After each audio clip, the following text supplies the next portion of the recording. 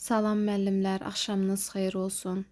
Mən bu gün MİQ və sertifikasiya bağça imtahanına hazırlaşan müəllimlər üçün uşaq inkişafının dəyərləndirilməsi mövzusundan danışacağam. Mövzumuz çox maraqlı mövzudur və rahat mövzudur. Uşaq inkişafının dəyərləndirilməsi ümumiyyətlə necə aparılır, necə tətbiq olunur? Gəlin ondan danışaq. Demək, inkişafın dəyərləndirilməsi hər bir uşağa fərdi qaydada tətbiq olunur və uşağın nitqi, hissi, böyük və kiçik motor bacarıqlarının inkişaf səviyyələri, inkişaf ləngimələri, görmə və eşitmə ilə bağlı problemləri müəyyənləşdirmək üçün istifadə olunur.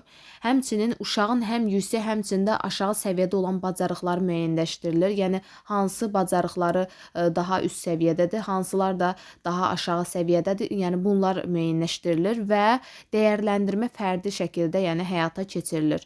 Dəyərləndirmənin 3 növü var. Diaqnostik dəyərləndirmə, inkişafın izlənməsi və yekun hesabat. Diaqnostik dəyərləndirmə, yəni uşağın bilik və bacarıq səviyyəsinin qiymətləndirilməsidir ki, bir uşağı görən zamanı təbii ki, biz onunla ilkin, yəni tanış oluruq. Onun haqqında məlumat əldə edirik. Yəni bir uşağı görəndə onun marağı, dünya görüşü, yaşadığı mühit haqqında məlumat əldə edirik. Diaqnostik dəyərləndirmə inkişaf məqsədləri və strategiyada çevik dəyişikliklərin aparılması və təlimin planlaşdırılması üçün şərait yaradır. Həmçinin diaqnostik dəyərləndirmə zamanı toplanan məlumatlar uşağın inkişafının izlənməsi və müqayisələrin aparılması üçün göstərici yaradır. Daha sonra gəlirik inkişafın izlənməsinə.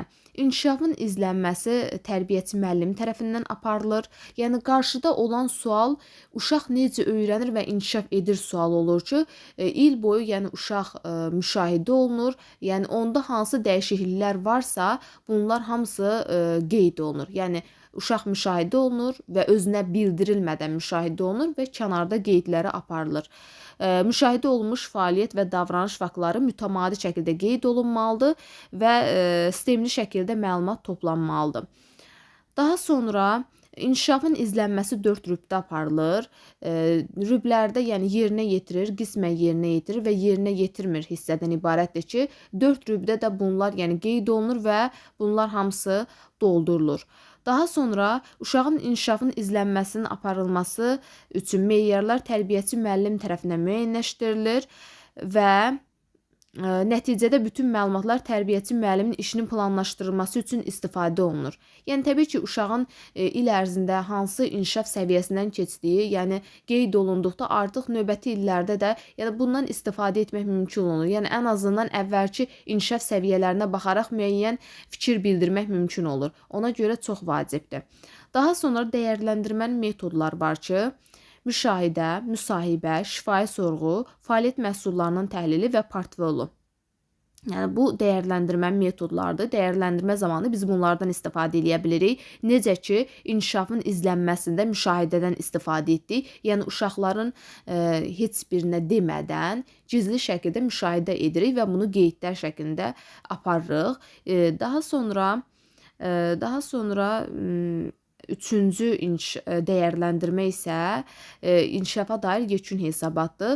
Bu, uşağın həyatının 2 ilində, yəni 3 yaşın və məktəbəqədər təhsilin sonunda aparılır ki, yekun hesabatda məktəbəqədər təhsilin sonunda uşağın inkişaf səviyyəsi müəyyən edilir. Uşaq bu hesabatdan növbəti mərhələyə qədəm qoyur. Lakin ümumi təhsil müəssisəsinə qəbul zamanı bu yekun hesabatın nəticələri əsas götürülmür.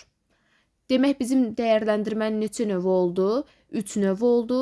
Diaqnostik dəyərləndirmə, inkişafın izlənməsi və yekun hesabat. Bəzən dəyərləndirmənin növü dedikdə metodları müəllimlər çaşıb deyirlər. Metodlar başqadır. Yəni, dəyərləndirmədə istifadə olunur. Amma dəyərləndirmənin özünün 3 növü var. Metodlar isə 5 dənə metod var. Müşahidə, müsahibə, şifahi sorğu, fəaliyyət məhsullarının təhlili və portfolu. Bu isə dəyərləndirmə zamanı istifadə olunan metodlardır. Yəni, biz bu metodlardan istifadə edərək dəyərləndirmələr edə bilərik.